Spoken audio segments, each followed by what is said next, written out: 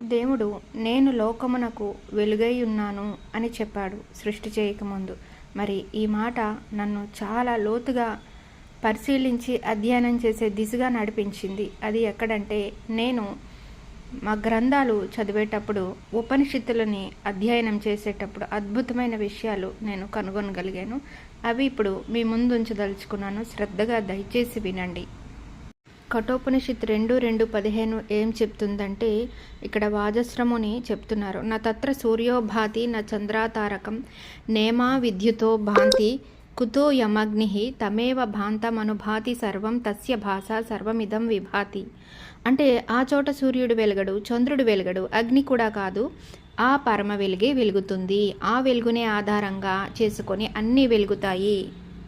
ఇక్కడ నేను బైబిల్లో గమనించినట్లయితే, ఆయన ఆదికాండము మొదల్లోనే నేను లోకమునకు వెలుగై ఉన్నాను అని చెప్పారు.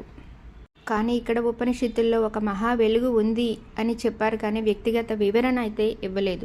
సరే, ఇంకా ముండకోపనిషత్తు ఏం చెప్తుందంటే, 2 పక్షులను ఆధారంగా చేసుకొని ముని సౌనకునికి బోధించిన మునులు ఏం చెప్తున్నారంటే, ముండకోపనిషత్తు 3:1:1 ద్వాసుపర్ణ సయుజ సఖాయ సమానం వృక్షం పరిష స్వజాతే తయోరన్యః పిప్పలం స్వాద్యత్తి అనస్న న్యో అభిచాక సీతి. ఒకే చెట్టుపై 2 పక్షులు ఉన్నాయి. ఒకటి ఫలాన్ని తింటుంది జీవుడు, మరొకటి తినకుండా చూస్తూ వెలుగుతుంది. 2 భిన్నమైన తత్వాలు. ఒకటి అనుభవంలో ఉంది, ఒకటి సాక్షిగా ఉంది. ఇక్కడి నుండే కొందరు మునులు 2 తేజస్సులు అనే భావన చెప్పారు. మరి శ్వేతాశ్వత రూపనిషత్ ఏం చెప్తుందంటే, మరి 3:8 గమనించినట్లయితే, వేద హమేతం పురుషం మహాంతం ఆదిత్యవర్ణం తమసహ పరస్తాత్. అర్థం ఏంటంటే, నేను ఆ మహాపురుషుణ్ణి చూశాను. ఆయన సూర్యుని వలె ప్రకాశించేవాడు, అంధకారానికి అతీతుడు.